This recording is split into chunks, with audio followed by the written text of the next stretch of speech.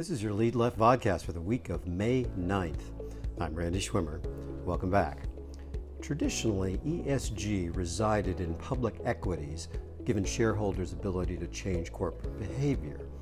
But more sophisticated tools would be needed to track ESG compliance and opportunities.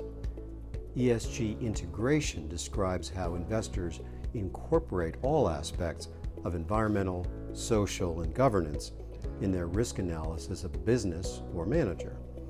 Every investor has developed their own framework to measure quality against a spectrum of elements. Critical to this evaluation is whether data can be validated by third-party research.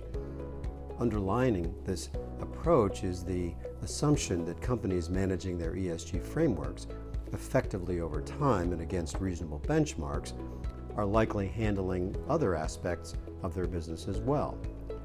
The industry has moved beyond negative screening to seeking companies strategically targeting ESG risks and opportunities.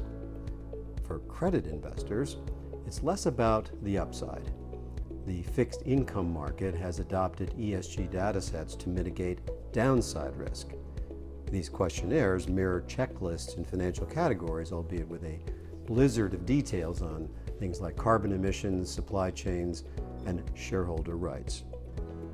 As our chart of the week shows, sustainability bonds and related investments have multiplied over the years as managers, issuers, and investors respond to the enormous global demand for ESG product.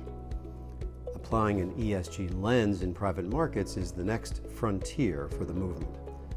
It would be tough to find more potential for beneficial impact than with private equity capital and attention.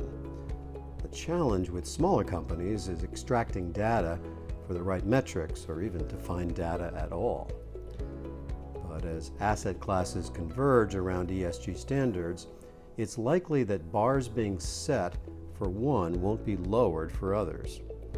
Financing partners know that ESG focus can add value for private equity investors while protecting lenders from default risks. As one asset sales head put it, lenders working together and influencing the decisions of companies is key for improving on ESG. Next week, we conclude our series with the ESG outlook for private credit.